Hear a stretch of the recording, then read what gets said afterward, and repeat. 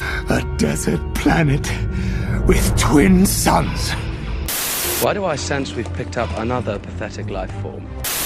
Use my knowledge. Much to learn, you still have. Welcome back to Twin Sun Talks, folks. I'm your host, Jonah Liu. Thank you so much for listening, and welcome to this week's episode. If my sound is a little different, that's because I'm operating with some new hardware. I've got a new mic, new setup. It's a little more professional, and I hope that it makes the sound a little more crisp, a little more of an enjoyable time to listen to. So this week we're going to be talking about The Chosen One and essentially my thoughts on how the Disney sequel trilogy has affected sort of the original intent for that prophecy as stated by George Lucas. So without further ado, let's dive into some ARC Trooper training. Gentlemen, who wants to be an ARC Trooper? I do, sir! Alright, so for this first bit, I'm going to just be explaining what the Chosen One prophecy is, and then after that, I'm going to move into a bit of a rant about how I feel like it's been sort of blemished or tainted by the new Disney canon, and essentially just kind of how I feel like that's affected things and how it makes me a bit upset. So stay tuned for that.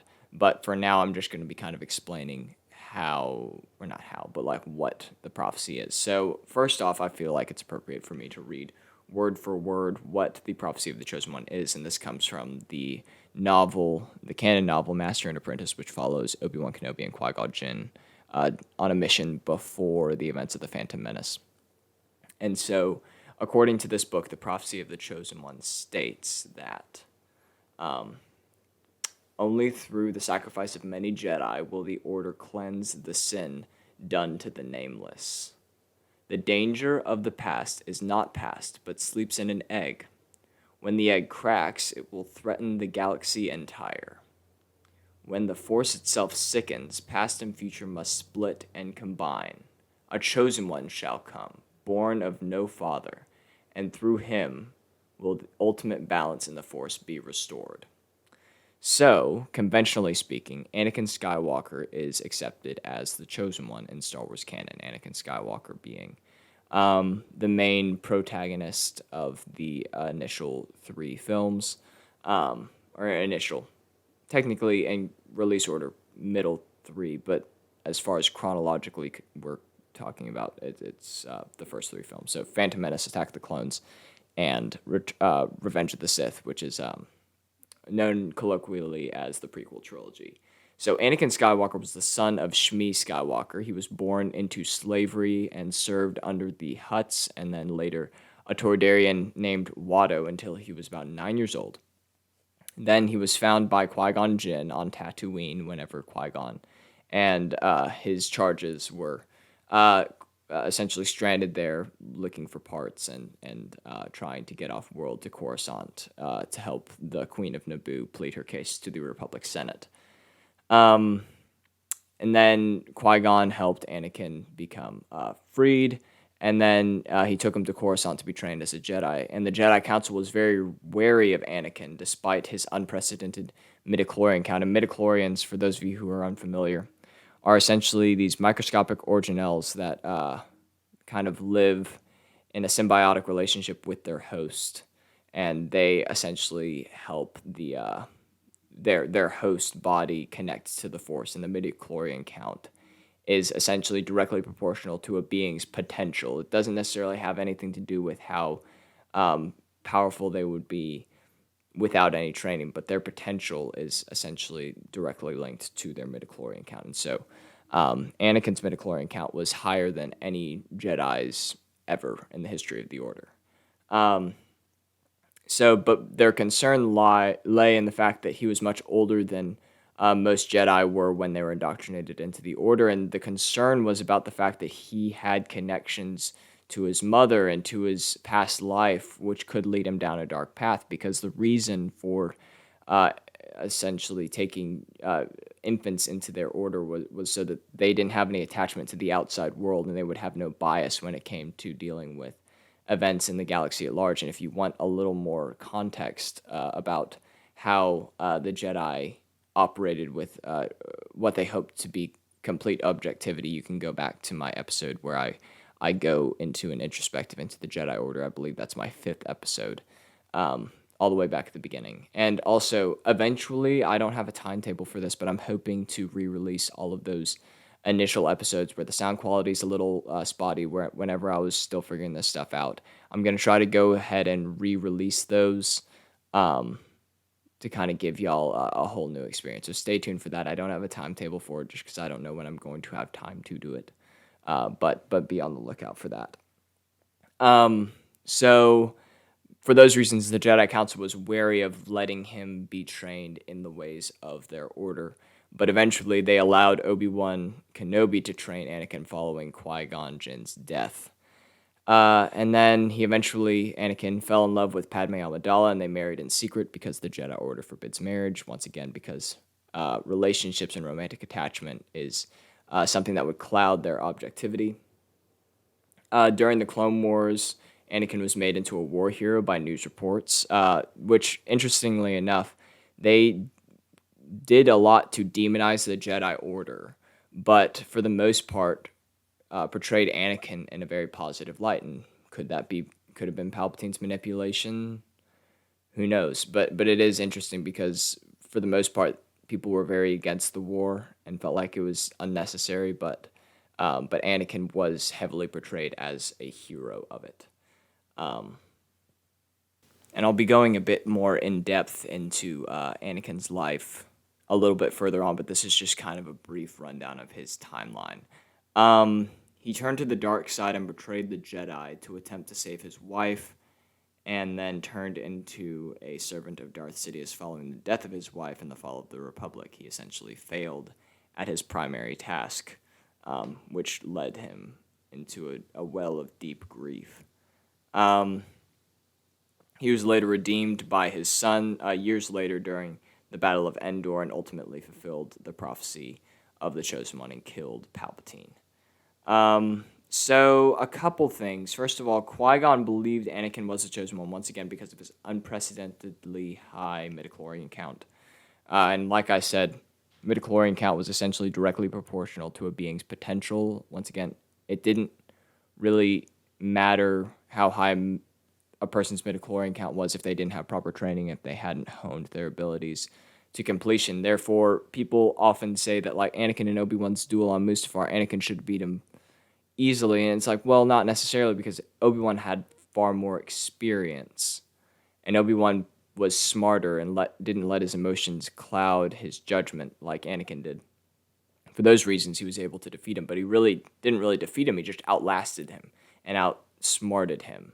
He wasn't able to overpower him, and he knew this, but Obi-Wan was also a master of Sorsu, Form 3 of lightsaber combat, which is primarily defensive. So he was essentially in a battle of attrition, and he was counting on the fact that he was going to be able to outlast Anakin, and he was going to be able to last long enough that he would be able to essentially capitalize on any mistakes that Anakin made later in the fight. So there's that. Mace Windu was skeptical of Anakin being the Chosen One because of his own aspirations to fulfill the prophecy. So Mace Windu thought that he was the Chosen One.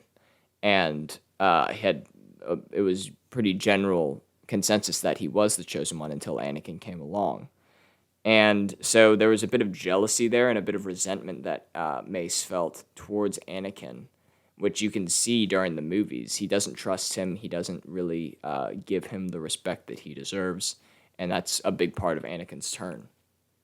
The Mortis gods from the Clone Wars had their own view of the Chosen One and believed him to be a being that would bring balance to their world and create harmony between its inhabitants. For more on the Mortis gods and kind of everything that they have going on, I know that they're kind of an obscure bit of Star Wars lore. And if you haven't watched the Clone Wars, then you have no idea what I'm talking about.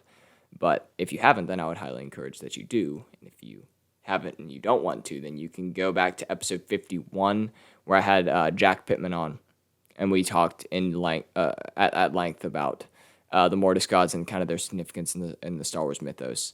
And kind of give a pretty comprehensive idea of who they are and what they're about. So if you're interested in learning more about them, go back and listen to that if you haven't already. Obi-Wan, this is pretty interesting. Obi-Wan lost faith in the notion that Anakin was the chosen one after his fall, and during Obi-Wan's exile on Tatooine. And he instead decided to believe that his son, Luke, was the chosen one. And this is established during Star Wars Rebels. And I won't tell you the context of this because it's a pretty significant spoiler for the show. But essentially, yeah, and this is also evident, the fact that he was disillusioned that Anakin was the chosen one. And his statement when Anakin is on the lava bank and he's already cut off his arm and his legs, and he says, "You were the chosen one." That means he doesn't believe that he is the chosen one anymore. And so, and he also says in Empire Strikes Back, he says, "That boy is our last hope." And so all of these things point to the fact that Obi-Wan really didn't believe that Anakin was the chosen one anymore, and he had completely lost faith in his old friend whenever he was on exile on Tatooine. So I think that's a bit of cool insight, and that's straight from Dave Filoni. He did a little, and I reference Dave Filoni so much, but he's about the closest thing to George Lucas that we have at this point. And he does all these cool little behind the scenes things, and that was a little behind the scenes deal for Rebels that he did, and he kind of pointed that out, which is really, really cool. So now moving on, Anakin's existence was essentially a reaction from the Force to the workings of Darth Plagueis and Darth Sidious, and the full story isn't canon, but kind of elements of it is. So I'll explain the full story, and then I'll point out what of it is officially canon. So in Legends, when experimenting with manipulation of midichlorians, Darth Plagueis creates a sort of Force vergence, which leads to the conception of Anakin Skywalker despite him having no father. So essentially, he was pushing the dark side of the Force to its limit, and the Force in turn said, "Okay, you're going to try to manipulate me and use me for these dark purposes. I'm going to bring about what's ultimately going to be your demise, because the chosen one was meant to bring balance to the Force and destroy the Sith." And so it's just a cool little bit of irony there with that. And that's from the Darth Plagueis novel. It's a brilliant piece of Star Wars literature. I would highly, highly recommend reading it. But in canon, it's heavily implied that Anakin was conceived through the Force by some sort of dark manipulation. It's just a very unnatural sort of cause of birth.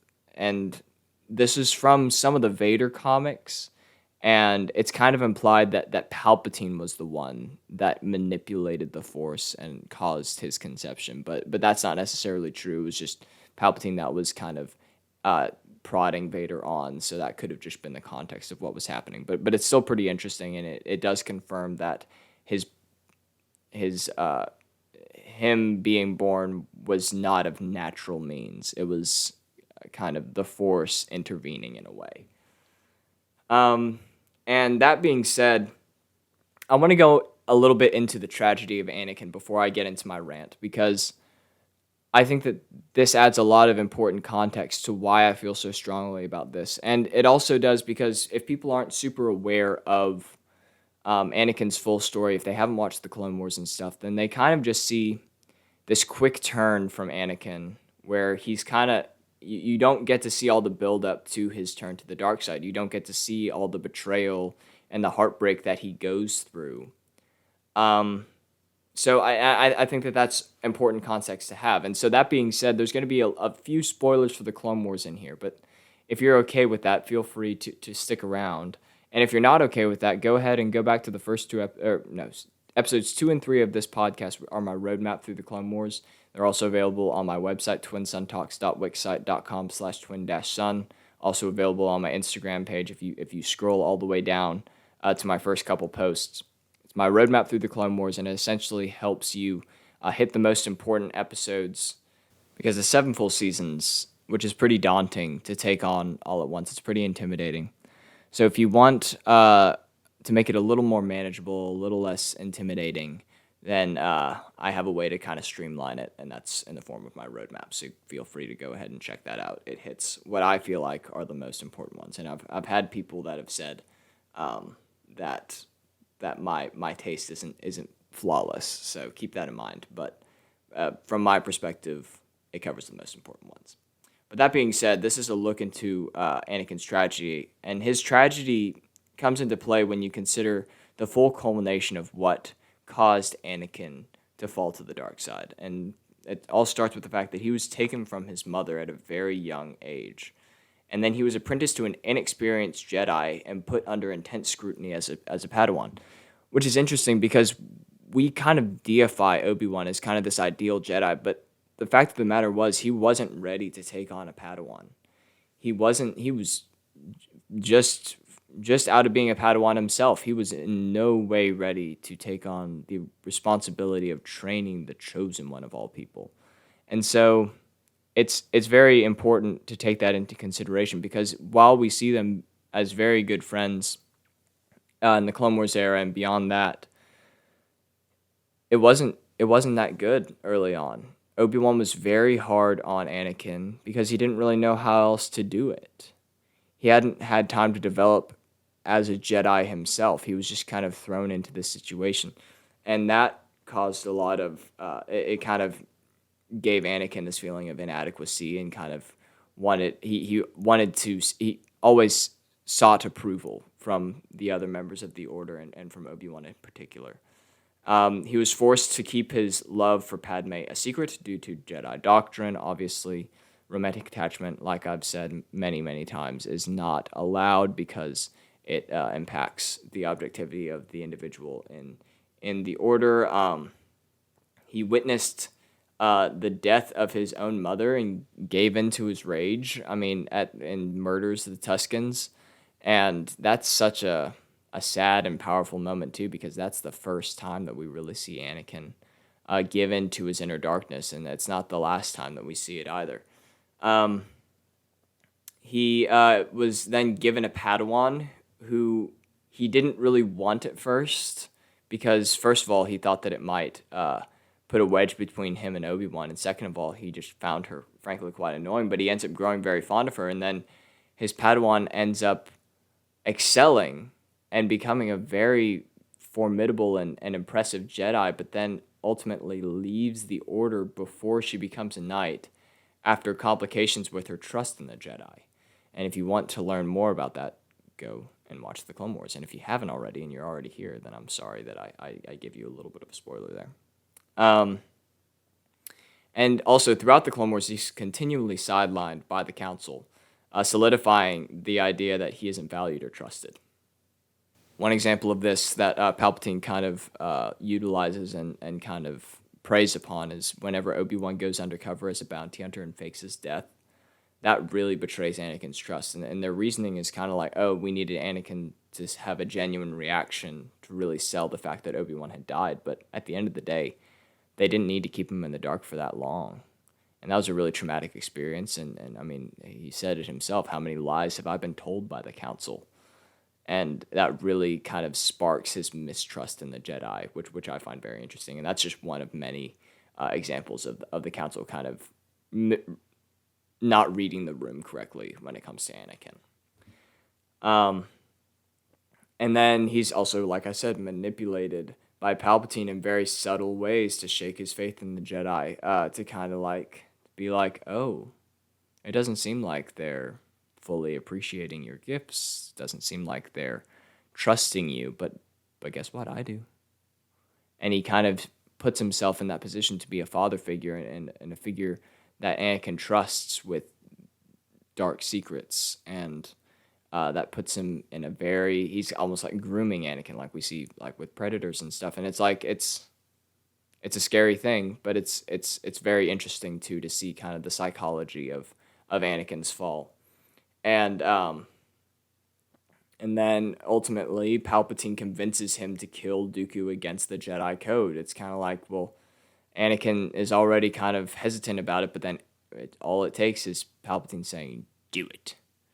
And he does it.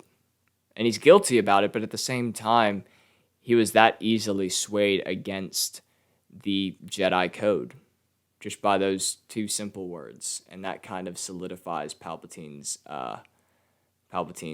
quest to make him his apprentice, because he's been testing him for a while. And if you want, you can go back and listen to my episode about the genius of Palpatine's plan. I'm not entirely sure which episode it is, but I can look it up real fast because it's one of my favorite episodes, and I really want people to listen to it because I feel like it didn't quite get the love that I wanted it to. It's episode 42 of this podcast, and I would highly encourage you to go back and listen to it because I feel like I really like doing these kinds of thoughty, more conceptual Star Wars episodes, and I would highly encourage you to go back and listen to that if you haven't already. But then after that, these are pretty standard things that we know from the movies. He's then denied the rank of master by the council, but here's the kicker: he would have gotten the rank of master if he had trained a Padawan to knighthood, which he almost trained Ahsoka, his Padawan from the Clone Wars, to knighthood, but then she left the order right before she became a knight, so he would have already been a master if it wasn't for that.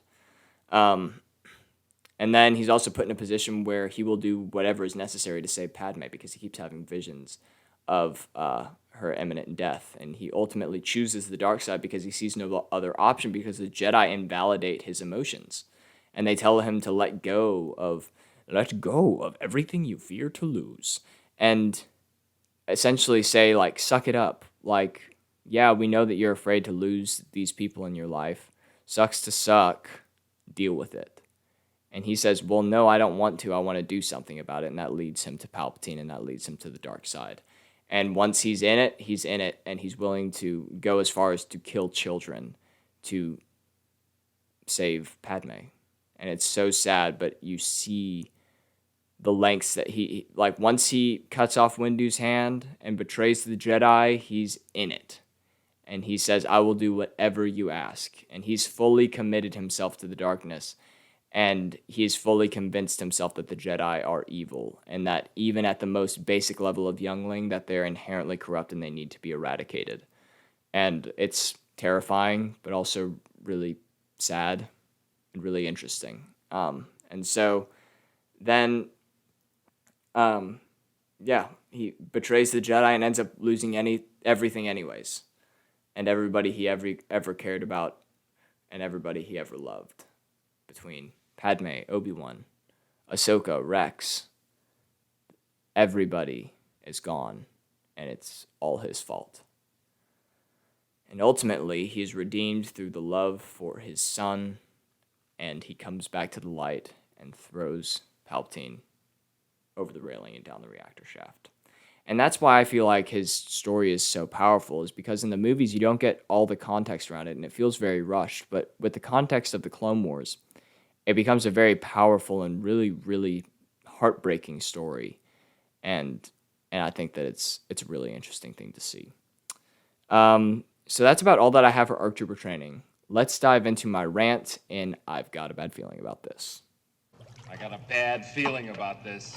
All right, guys, so here's the cheese. And if you've listened to this podcast for a while, you've kind of heard me hint at this. But my biggest issue with the sequel trilogy, and Rise of Skywalker in particular, is that it completely invalidates and usurps Anakin's entire storyline in the original 6 movies.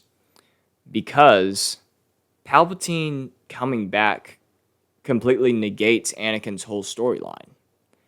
And the notion that he is the chosen one is completely erased because he didn't bring balance to the Force. Palpatine survived. And nothing that Anakin Skywalker did mattered. It's just completely, it's made almost a joke. It's like, well, this guy thought he brought balance. No, he didn't. Palpatine was just lurking in the shadows the entire time. So balance was never actually restored. It just kind of created like a little prolonged period of false hope before Palpatine was brought back for the real hero of the story, Rey, to come back and save it. And this is my biggest issue with the character of Rey, is that she kind of, and this is less an issue of my issue with her character and more of an issue with the story in general, is that it completely discredits and spits in the face of existing lore, and it really rubs me the wrong way, and it feels very disrespectful. And because Rey defeating Palpatine also makes her technically the chosen one, because she's the one that brought balance to the Force. She's the one that defeated Palpatine.